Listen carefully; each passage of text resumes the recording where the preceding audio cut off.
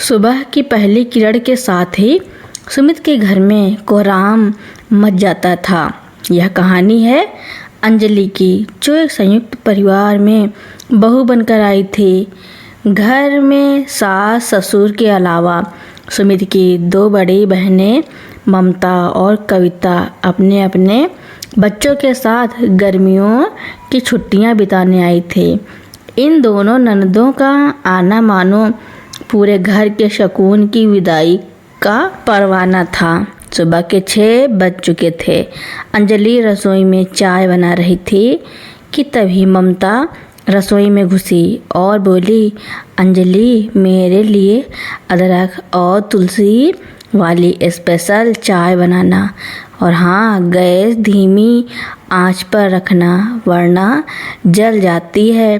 तभी कविता भी आ धमकी और बोली, और मेरे लिए ब्लैक कॉफ़ी, बच्चों के लिए अलग से ओट्स बनाना, वे मैदे वाला नाश्ता नहीं खाते। अंजलि ने थके हुए स्वर में कहा, दीदी सबके लिए नाश्ता बन रहा है, बच्चे ओट्स खा लेंगे, पर मैं अलग अलग 5 चीज़ें कैसे बनाऊं? ममता ने आंखें दिखाते हुए कहा, तो क्या हुआ, मायके आई हैं बहनें, कोई पराई थोड़ी हैं। तुम्हारी जिम्मेदारी है कि हमारी खातिरदारी में कोई कमी न रहे। भैया को पैसे क्या पेड़ पर उगते हैं जो हम बाहर का खाएंगे? सावित्री जी बाहर से चिल्लाई। अंजलि बड़बड़ा क्यों रही है? कान खोलकर सुन ले। जब तक मेरी बेटियां यहाँ हैं उनकी पसंद का ही खाना बनेगा। तू बस चुपचाप अपना काम कर। पूरे 15 दिन यही सिलसिला चलता रहा। सुबह 5 बजे से रात के 12 बजे तक अंजलि मशीन की तरह काम करती। 9 लोगों का खाना, अलग अलग फरमाइशें, 6 बच्चों के फैले हुए खिलौने और कचरा उठाना, सिंक में बर्तनों का कभी ना खत्म होने वाला पहाड़। एक दिन जब अंजलि ने हिम्मत जुटाकर सुमित से कहा, सुनो जी, दीदी लोग अगर थोड़ा हाथ बटा लें या बच्चों को संभाल लें तो मेरा काम हल्का हो जाएगा, मैं पूरी तरह थक चुकी हूँ। सुमित ने गुस्से से आंखें तरेरते हुए कहा, मेरी बहनें मेहमान हैं, कोई नौकरानी नहीं, तुम्हें उनसे कोई शिकायत नहीं होनी चाहिए, चुपचाप अपना काम करो। यह सुनकर अंजलि के भीतर का सब्र टूट गया। उसने तय कर लिया कि अब बदलाव लाना ही होगा। अगले दिन सुबह जब नंदों ने बेड पर चाय और नाश्ते की मांग की तो अंजलि ने सबको डिस्पोजल प्लेट और कप में नाश्ता थमा दिया। सीमा ने चीखते हुए कहा, यह क्या तरीका है, हम डिस्पोजल में खाएंगे? अंजलि ने शांत और दृढ़ आवाज़ में कहा, हाँ दीदी, बर्तन धोने से मेरी उंगलियों में छाले पड़ चुके हैं। अब से घर में काम ऐसे ही होगा। अगर स्टील के बर्तन चाहिए तो अपनी प्लेट खुद धोनी होगी। यह सुनकर घर में भूचाल आ गया। सास और ननदें सीधे सुमित के पास शिकायत लेकर पहुंच गईं। सुमित ने गुस्से में आकर अंजलि से कहा, तुम्हारी इतनी हिम्मत, माँ और बहनों से ऐसे बात करोगी? अंजलि इस बार डरी नहीं। उसने सुमित की आंखों में आंखें डालकर 2 टूक शब्दों में कहा, सुमित, मैंने 15 दिन बिना एक शिकायत के सुबह से रात तक काम किया। सबने मेरी शराफत को मेरी कमजोरी समझ लिया है। मैं इस घर की बहू हूँ, मुफ्त की नौकरानी नहीं। अगर दीदी लोगों को यहाँ रहना है तो उन्हें रसोई और घर के कामों में हाथ बटाना होगा, वरना फैसला आप कर लीजिए। अंजलि की इस बेबाकी को देखकर पूरा कमरा शन्न रह गया।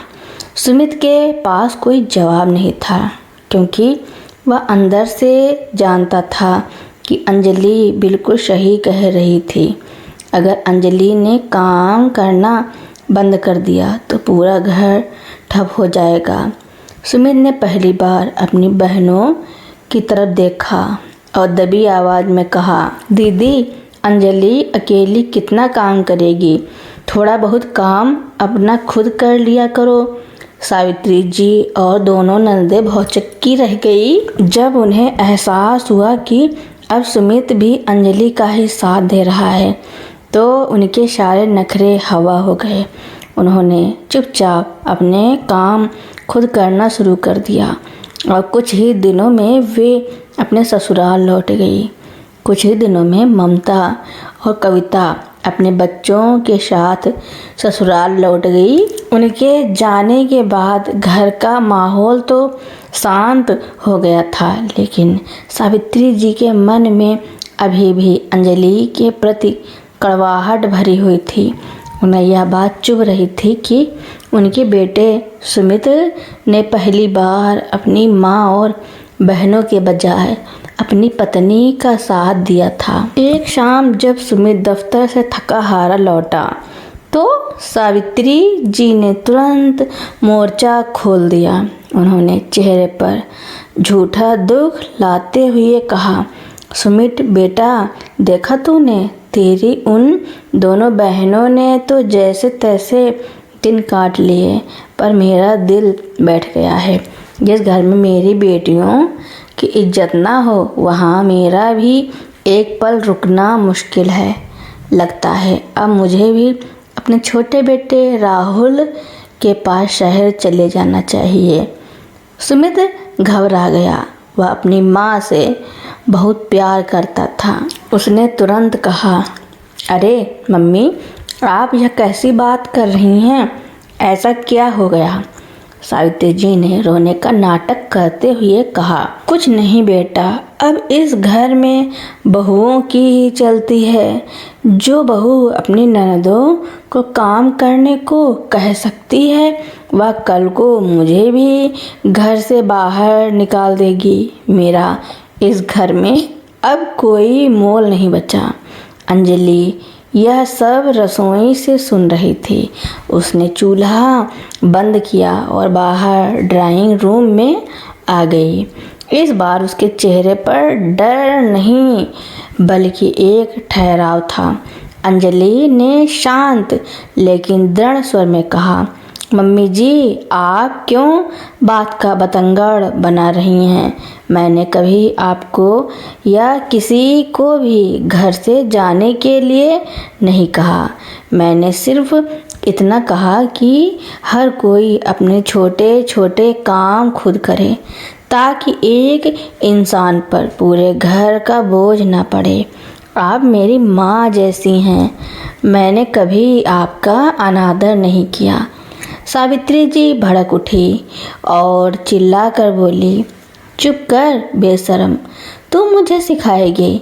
तूने मेरी बेटियों को भगाया और अब मुझे भी ताने दे रही है। सुमित बीच में आया और थोड़ा झुंझलाते हुए बोला, अंजलि, तुम थोड़ा नरमी से बात नहीं कर सकती? मम्मी की आदत है थोड़ा इमोशनल होने की। तुम हर बात पर अड़ जाती हो। सुमित की यह बात सुनकर अंजलि का दिल अंदर तक बैठ गया।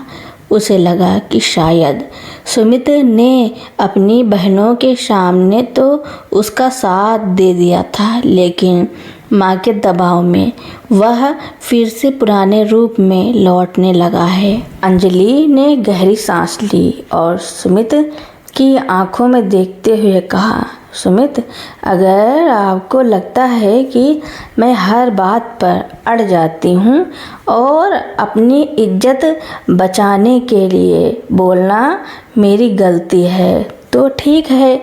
आज मैं साफ कर देती हूँ, सम्मान और प्यार दोनों तरफ से होना चाहिए। अगर इस घर में मेरा वजूद सिर्फ एक मशीन या नौकरानी बनकर रहने तक सीमित है तो मैं भी अब और घुट घुट कर नहीं जी सकती।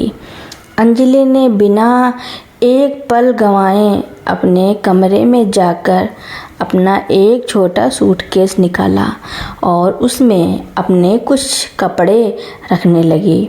यह देखकर सुमित के पैरों तले जमीन खिसक गई।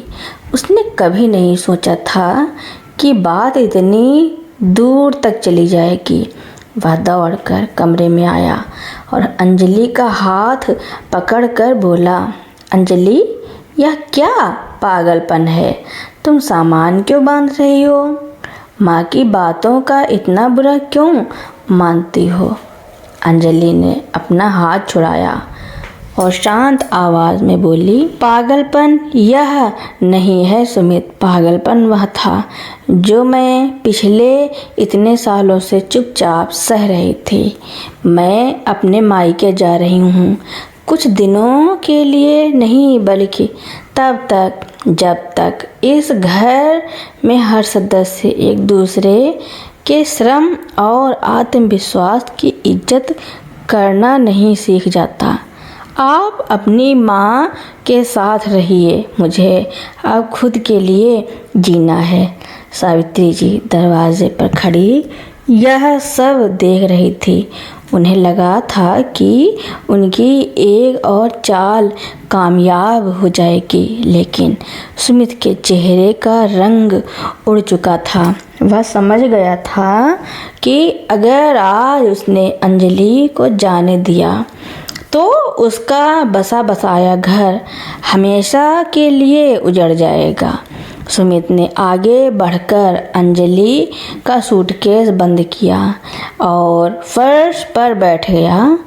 उसने अपनी माँ की तरफ देखा और पहली बार बहुत ही कड़े और स्पष्ट शब्दों में कहा, बस मम्मी, अब और नहीं।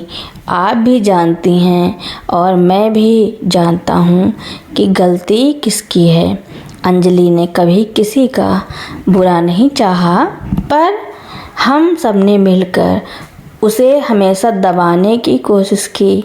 अगर आज अंजलि इस घर को छोड़कर चली गई तो मैं भी इसके साथ ही चला जाऊंगा। सुमित के इस दो टूक जवाब ने सावित्री जी को स्तब्ध कर दिया। उन्होंने कभी सपने में भी नहीं सोचा था कि उनका बेटा अपनी पत्नी के समर्थन में इतना बड़ा कदम उठा सकता है। सावित्री जी का गुस्सा धीरे धीरे पिघलने लगा और उनकी आंखों में अपनी गलती का एहसास झलका। उन्होंने आगे बढ़कर अंजलि के सिर पर हाथ रखा और भर्राए गले से बोली, बेटी, मुझे माफ़ कर दे।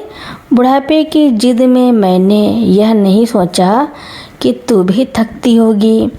तू कहीं नहीं जाएगी। यह घर तेरा भी उतना ही है जितना हम सबका। अंजलि ने सावित्री जी की आंखों में सच्चा पश्चाताप देखा। उसने आगे बढ़कर सास को गले लगा लिया।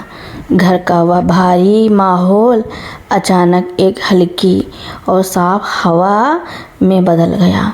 तो दोस्तों, मेरी कहानी सुनने के लिए आपका बहुत बहुत धन्यवाद।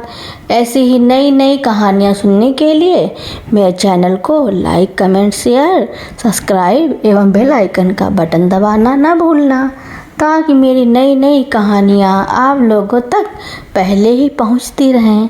धन्यवाद।